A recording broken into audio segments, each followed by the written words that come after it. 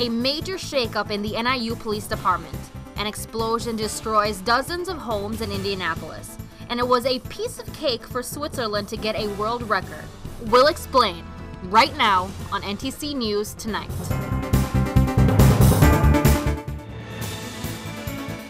You're watching NTC News, DeKalb County's only television news source, on the campus of Northern Illinois University and from the Northern Television Center. This is NTC News Tonight.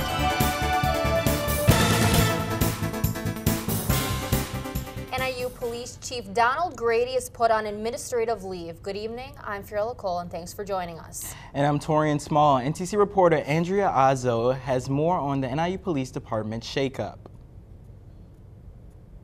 Thank you. Well, a lot is happening here at the NIU Police Station.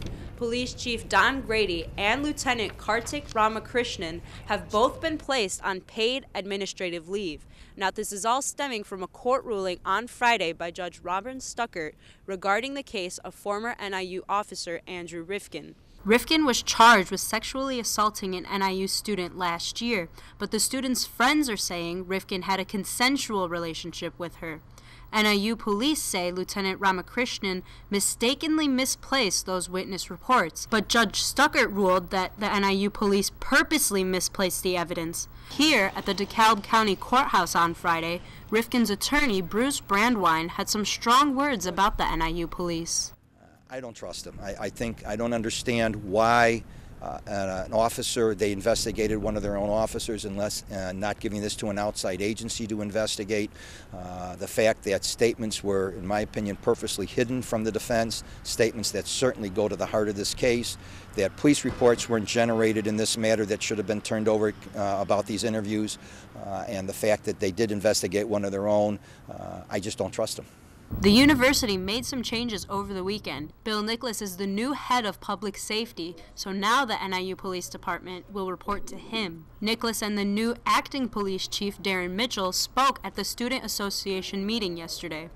Today starts a new day that I am anxious to get started in.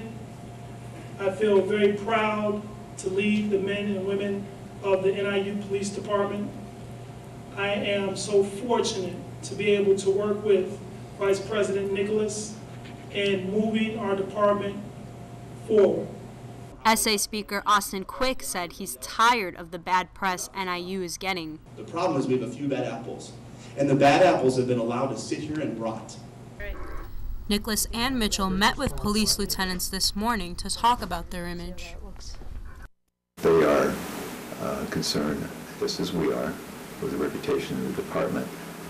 Is a particular event or a couple of events, is that going to set the tone for what people think of us? Evidently in the short run it has. We want to represent in every way we can what the work of this department is. The NIU PD will now report to Nicholas, who will then report to NIU President John Peters. As for Andrew Rifkin, his next scheduled court date is on November 27th. Just outside the NIU police station, this is Andrea Azzo, NTC News. Thanks, Andrea. As Andrea just mentioned, Police Lieutenant Darren Mitchell is stepping in as acting police chief. Now, this isn't the first time Mitchell has had to step into that role. It happened 3 years ago after a bombshell editorial by the Northern Star criticized the way Chief Donald Grady was running the police department. Grady was put on paid leave for 2 months before the university gave him a vote of confidence and allowed him to return to his $200,000 a year job. DeKalb County's new state's attorney says he's watching very closely what's happening in NIU these days.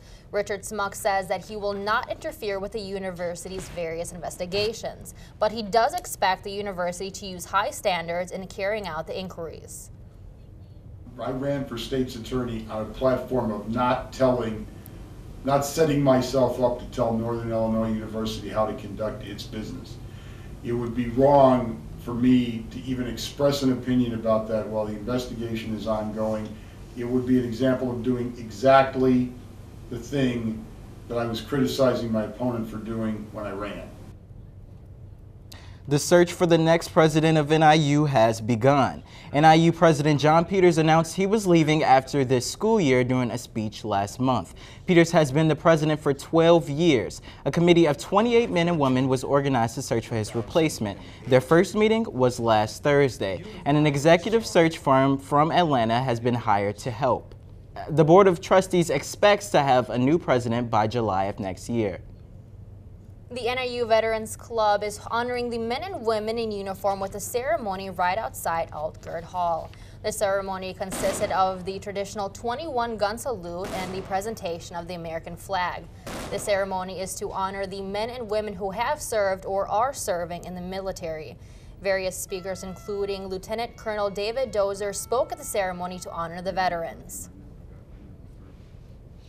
A supportive view of our military and those who serve is becoming a critical part of our national identity and culture. It's one that depends on military personnel stepping up and the American people lending their support. NIU Police Chief Donald Grady was originally scheduled to speak at the ceremony but did not make an appearance.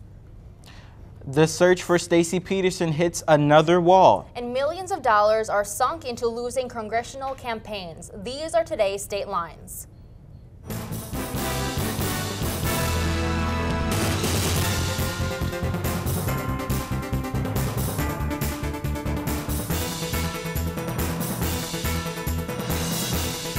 A 5-day search of a forest preserve southwest of Chicago has failed to turn up any trace of Stacey Peterson. The fourth wife of former Bolingbrook police officer Drew Peterson has been missing since 2007. Drew Peterson was convicted in September of murdering his third wife, Kathleen Savio. Big spending by independent political groups in Illinois congressional campaigns didn't get the job done. 4 dozen such independent committees spent $45 million in Illinois congressional contests, second only in California. An Associated Press review shows 60% of that money went to losing campaigns. A Chicago Tribune report says nearly 32,000 elementary school students in Chicago missed 4 weeks or more of class in the past 2 years. That's roughly 1 in 8 students. Educators say students are missing class for reasons like having to take care of younger siblings. Southern Illinois University has scaled back its ambitious plan for the future of its Carbondale campus. The old plan included the goal of making the school one of top 75 public research institutes nationwide by 2019. But school officials say that plan was drafted in a different era for public higher education. And those are today's Statelines. It's starting to feel more like winter. Yes, you sing it, Torian. It was so hard for me to get on my car to come into this building, actually. But Stephanie Mead is here with the weather. And Stephanie, please tell me this cold weather ends today. No, actually, it's just the beginning. It was beautiful temperatures this weekend, but today it looks like we're hitting about 34 degrees, which is really cold compared to what we're used to. Here are temperatures around the area today. DeKalb around 39, Peoria at 42, Rockford at 39, but it's going to be sunny across all those areas. You're watching NTC News Tonight. Stay tuned. Okay.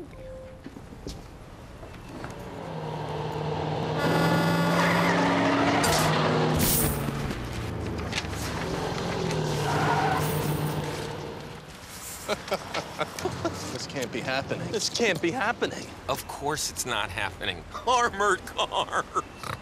Listen, having money isn't about luck. Make your own coffee, save $1,000 a year. Feed me. Feed the pig.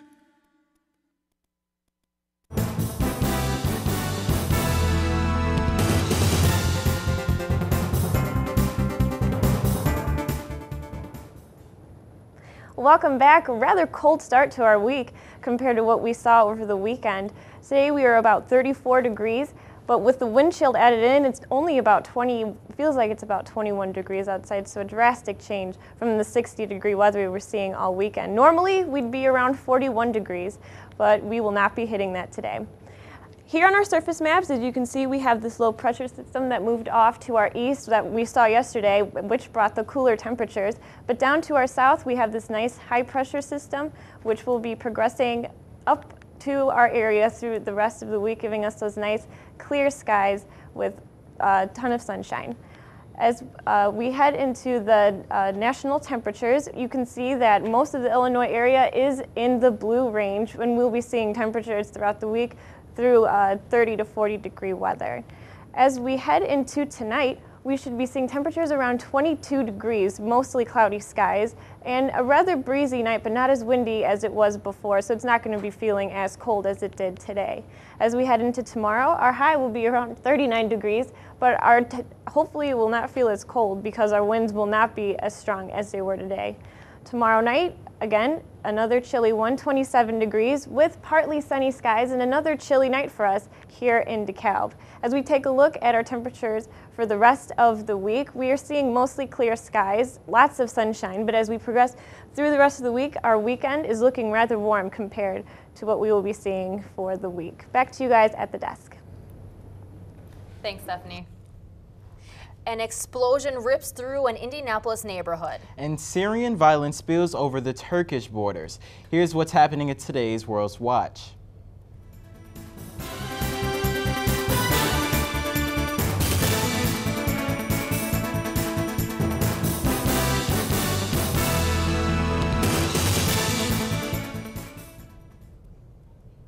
Investigators are still trying to learn what caused a massive explosion that killed 2 people in an Indianapolis neighborhood over the weekend. The blast sparked a huge fire that damaged or destroyed about 3 dozen homes. The explosion impact could be felt at least 3 miles away. 7 people were taken to a hospital with injuries and about 200 people were evacuated. Officials and witnesses say injured people have been taken to Turkish hospitals after a Syrian fighter jet bombed a rebel-held area near the Turkish border today. At least 6 people were killed and dozens of others were wounded. Officials also say a rocket-propelled grenade landed inside Turkey. The U.S. is expected to be the world's largest oil producer by around 2020, kicking Saudi Arabia out of the top spot. And the U.S. will be energy independent 10 years after that. Now, that's according to a new report from the International Energy Agency. America's rise to the top is credited to a recent resurgence in oil and gas production and the fact that newer vehicles are more fuel efficient. Toys R Us is hopping on the bandwagon for super early Black Friday sales. The store says it's going to open its doors at 8 o'clock on Thanksgiving night. That's an hour earlier than last year. Sears has the jump on most other retailers with its holiday deal starting November 18th. And that's today's World Watch. It's time to send it over to sports with Eli Gain.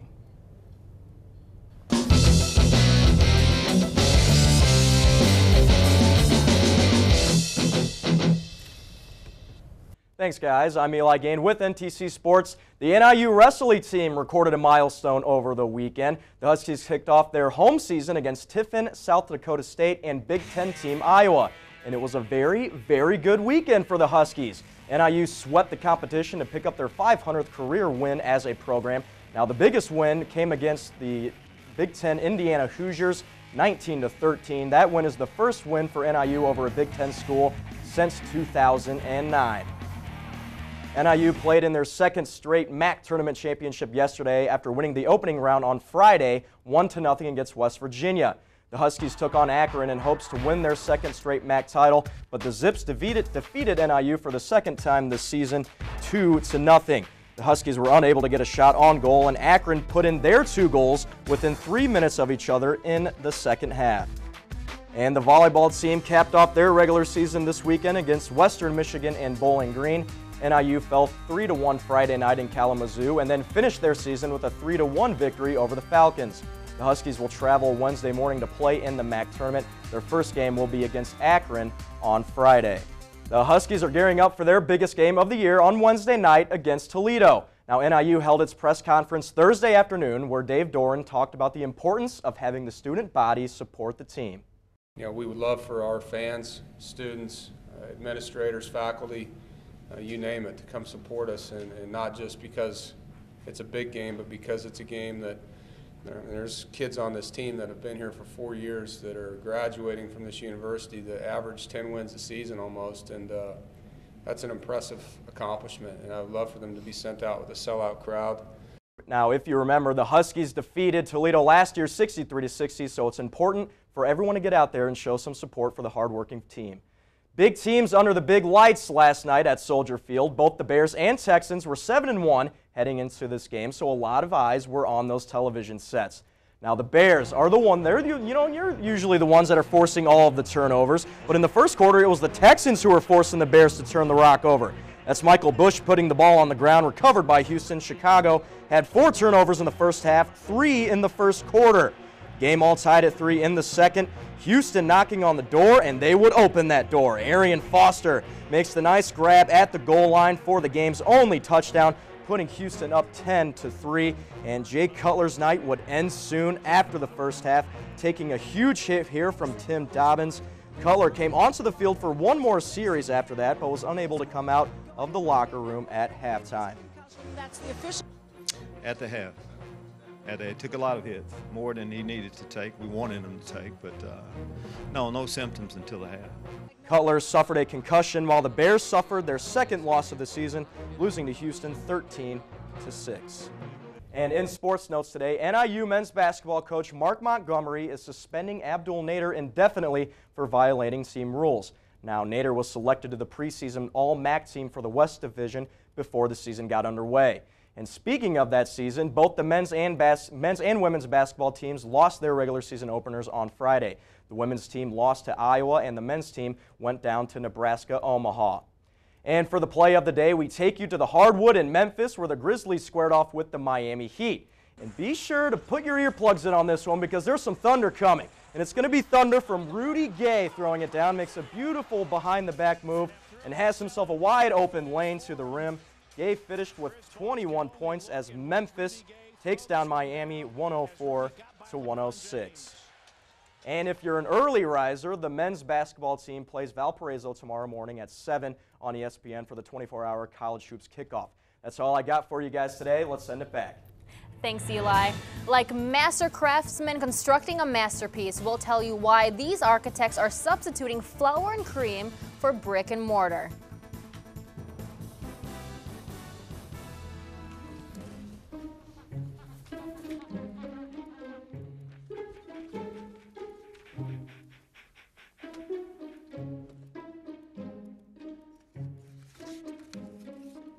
Oh, sweetheart.